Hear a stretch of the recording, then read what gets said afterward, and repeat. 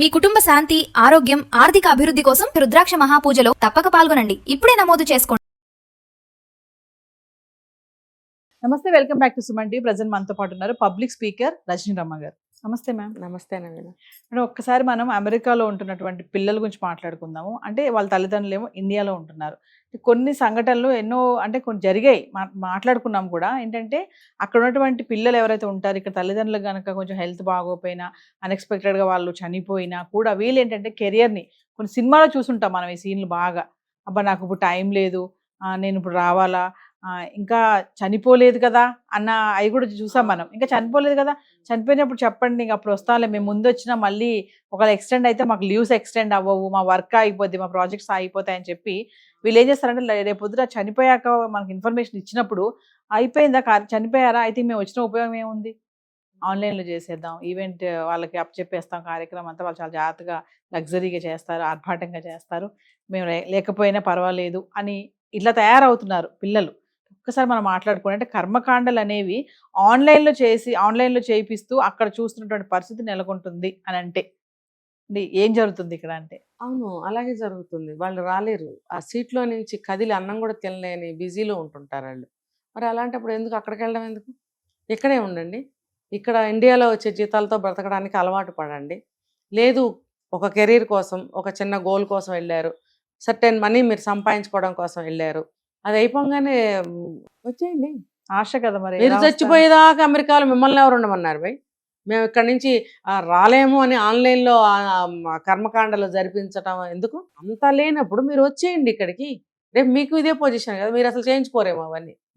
ఏ మనిషి అయినా చనిపోతే ఏదో ఒకటి చేయాలి కదా, అదేంటది ఆ రోజు మీకు వస్తుంది కదా. మరి ఇప్పుడు ఇండియాలో పుట్టి మీరు భారతీయత లోపల ఉంది కాబట్టి మీకు ఆ కర్మకాండలైనా అక్కడి నుంచి చేయించారు. మీకు మీ పిల్లలు అక్కడే పుట్టి అక్కడే పెరిగారు, మీకు అవి కూడా జరగవు. కొంతమంది ఏం మాట్లాడతారంటే ఎంత ట్రాష్, ఇవన్నీ ఏంటి సాంప్రదాయాలు అని మాట్లాడుతున్నారు. అటువంటి మూర్ఖులకి చెప్పేది ఏమన్నా ఉంటుందా?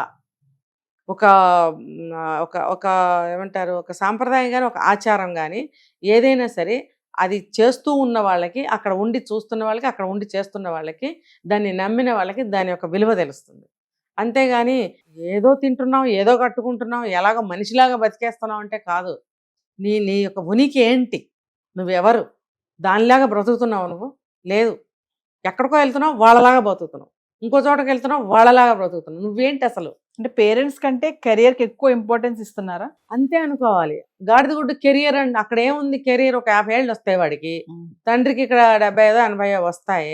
వచ్చినప్పుడు నీకు 50 ఏళ్ళు దాటాక నీకు కెరియర్ ఏంటి? ఇంకా నువ్వు ఆల్రెడీ అందులోనే జర్నీ చేస్తున్నావు, రన్ అవుతుంది ఆల్రెడీ, నీకు ఇంకా కెరియర్ ఏంటి? ఒక స్టేజ్కి వచ్చేసావు నువ్వు. వచ్చేసినప్పుడు నీకు ఇంకా ఎక్స్ట్రా కెరీర్ ఇంకా నువ్వేమైనా సైంటిస్ట్వా, ఇంకా ఏమైనా కనిపెట్టి ఇంకా ఎక్కడికో వెళ్ళటానికి? నార్మల్ జాబ్స్ చేసుకునే వాళ్ళకి కెరీర్ అంటే అదే పనిగా ఏమైనా ఉంటుందా కంటిన్యూగా? ఒక ఉంటుంది, ఒక గోల్, ఒక స్టేజ్ వరకు ఉంటుంది. ఆ తర్వాత ఏముంటుంది? ఇంకా నెక్స్ట్ యంగ్స్టర్స్కి ఉంటుంది అవకాశాలు. నువ్వేం చేస్తున్నావు అక్కడ? వాళ్ళకి అప్పచెప్పి నువ్వు రా, లేకపోతే మొత్తం అందరూ వచ్చేయండి, వచ్చేసి మన జన్మభూమి అని చెప్పి ఇక్కడ బ్రతకండి. అది లేదు. తల్లిదండ్రులకి అంత్యక్రియలు అక్కడి నుంచి చేయిస్తున్నాం, డబ్బు కడుతున్నాం, ఎక్కడి నుంచి చూస్తున్నాం. నువ్వు చూసేదేంట్రా? నువ్వు చూసేదేంటి వీళ్ళ అంత్యక్రియలు? నువ్వు చూస్తావని చెప్పి ఇక్కడ చేస్తున్నారా, లేదా నువ్వు చూస్తావని చెప్పి నువ్వు డబ్బులు కట్టి అక్కడి నుంచి ఏర్పాటు చేసుకున్నావా? నువ్వు చూడటం ఎందుకు? అంటే మేడం, రాను రాను ఈ బంధాలు, ఎమోషన్స్, ఈ బాండింగ్ అనేది ఇంకా ఇలా అంటే చెదిరిపోతుంది అనుకోవచ్చు అంటారా? కొన్ని సంఘటనలు చూసి చెదిరిపోదు. ఎందుకనంటే తల్లిదండ్రులు అనేవాళ్ళు ఇక చాలరా అబ్బాయి వెనక్కి రండి అని ఎప్పుడైతే అంటారో అవి ఏవి చెదిరిపోవు, యాజ్ ఇట్ ఈస్గా పదిలంగా అలాగే ఉంటాయి. కానీ అందరికీ డబ్బు పిచ్చే కదా, డబ్బు ఆశ. రూపాయికి ₹1 కోటి ఇస్తున్నారంటే అది నిజమా, అది హౌ ఇట్ ఈస్ పాసిబుల్ అని ఎవడు ఆలోచించడు.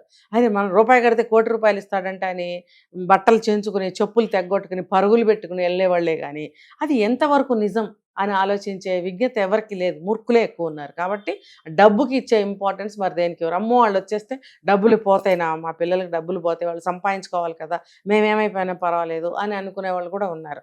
అలా అనుకుంటే ఏం చేయలేం. కానీ ఇంకా చాలా అబ్బాయి, తృప్తి అనేది ఉండాలి. మీరు ఒక స్టేజ్కి వచ్చారు, ఇంకా మీరు కూడా పెద్దవాళ్ళు అవుతున్నారు, ఇంకా వచ్చేయండి, ప్రశాంతమైన జీవితం మీకు అవసరం, మాకు ఇంకా అవసరం, అందరం ఈ వయసులో ఒక దగ్గర ఉంటే మంచిది అని వీళ్ళు చెప్పి వెనక్కి పిలిపించుకోవాలి. లేదా వెళ్ళే ముందు ఇన్ని సంవత్సరాల తర్వాత మీరు వెనక్కి రావాలి, అనే కండిషన్ గట్టిగా పెట్టుకోవాలి. పెట్టుకున్నా కొంతమంది ఉల్లంఘించవచ్చు, దానికి మనం ఏం చేయలేం. కానీ మనం పెంచిన విధానం ప్రకారం వాళ్ళు ఒక మాట కట్టుబడి ఉండే విధంగా పెంచాలి. మనం ఎస్ పెంచినట్టయితే వెళ్ళేటప్పుడు మనం ఆ మాట చెప్తే కట్టుబడి తిరిగి రావడానికి అవకాశాలు ఉంటాయి. అప్పుడు అన్నీ కూడా పదిలంగానే ఉంటాయి. ఈ డబ్బాస్ ఎప్పుడైతే పోదో అప్పుడు అంతవరకు ఇవి పోతూనే ఉంటాయి, ఈ విలువలన్నీ పోతూనే ఉంటాయి. మన ఆచార సాంప్రదాయాలు, విలువలు, ప్రేమలు, బంధాలు, అనుబంధాలు, మనం ఇక్కడ కష్టపడి వాళ్ళ కోసం ఎంతో కొంత ఆస్తి సంపాదించి పెడితే ఆ ఆస్తి కూడా వాళ్ళకి కోన్కిస్క అంతే, ఎస్ అసలు ట్రాష్ అన్నమాట. వాళ్ళకి దాని విలువ కూడా తెలియకుండా పోతుంది. కాబట్టి అవన్నీ తెలియాలంటే కొంతవరకు ఉండండి, వచ్చేయండి. ఆ దేశానికి భారం కావద్దు, మన దేశానికి మనం భారం కాదు అని చెప్పి ఎప్పుడైతే మన దేశం గురించి చెప్తామో అప్పుడు అన్నీ బాగుంటాయి. వెళ్ళినందుకు వాళ్ళకే సరదా తీరుతుంది, 4 డబ్బులు సంపాదించుకుంటారు, ఆ తృప్తితో వెనక్కి వెళ్ళిపోదాం అనుకునే మైండ్ సెట్తో వాళ్ళు ఉంటారు. Thank you.